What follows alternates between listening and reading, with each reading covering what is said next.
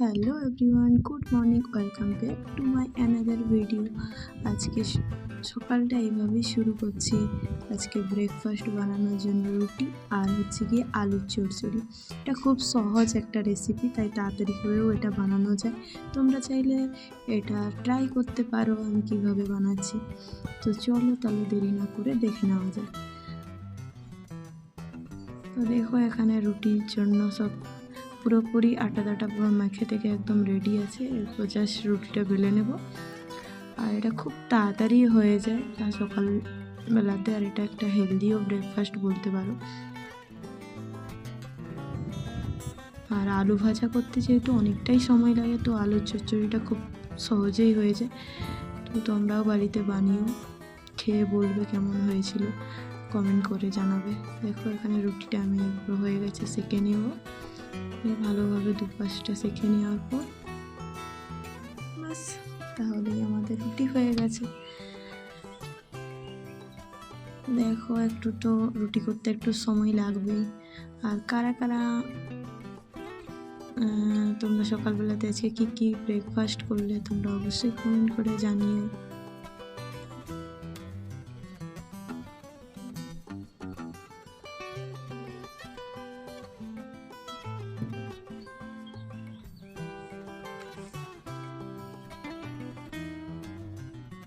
দেখো আমার রুটিটা প্রায় একটু একটু করে হয়েই এলো, আর একটু হলেই হয়ে যাবে।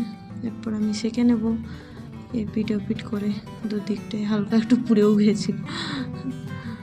পরে নেক্সটটা যেহেতু ফার্স্ট ছিল, তো নেক্সটটা ঠিকঠাকই হয়েছে। দেখো তাও এইভাবেই করেছিলাম। আর নতুন নতুন সহজ রেসিপি দেখার জন্য চ্যানেলটা কী করতে হবে, সাবস্ক্রাইব করতে হবে। পাশে থাকা বেল আইকনটা প্রেস করে দিও, যাতে পরবর্তী নোটিফিকেশান তোমাদের কাছে খুব সহজেই পৌঁছে যায়। দেখো এখানে রুটি হয়েই গেছে। এরপর আমি করে নিয়েছি আলুর চচ্চড়ি।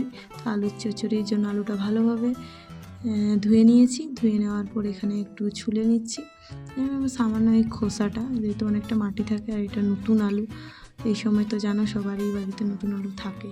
তো সেই নতুন আলু এখানে ধুয়ে নিয়ে আবার কাটা হচ্ছে, আর কেটে তারপরে আলুর চচ্চড়ির জন্য বসিয়ে দেওয়া হবে।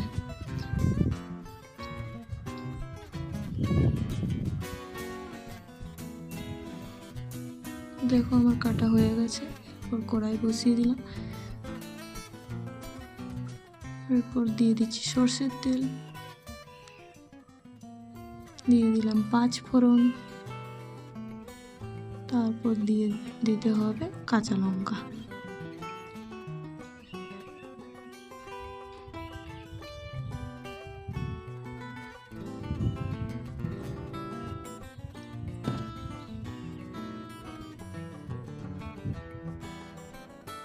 একটু ভাজা ভাজা হয়ে এলে এর মধ্যে দিয়ে দেওয়া হবে আলু।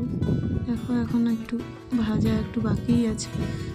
দেখো একটু হালকা ভাজা ভাজা হয়ে এসছে। এরপর দিয়ে দিলাম আলু, দিয়ে আলুটা ভালোভাবে একটু নেড়ে চেড়ে নিলাম। তার মধ্যে দিয়ে দিতে হবে লবণ, দিয়ে আবারও নেড়ে চেড়ে নিতে হবে। দিয়ে ওর মধ্যে জল দিয়ে দেওয়া হলো। এরপর বাস, আর কোনো ঝামেলাই না। এরপর ঢাকা দিয়ে ব্যাস সেদ্ধ করতে বসিয়ে নিলেই হলো আমাদের আলুর চচ্চড়ি। ওর মধ্যে একটু হলুদও দিয়ে দিয়েছিলাম।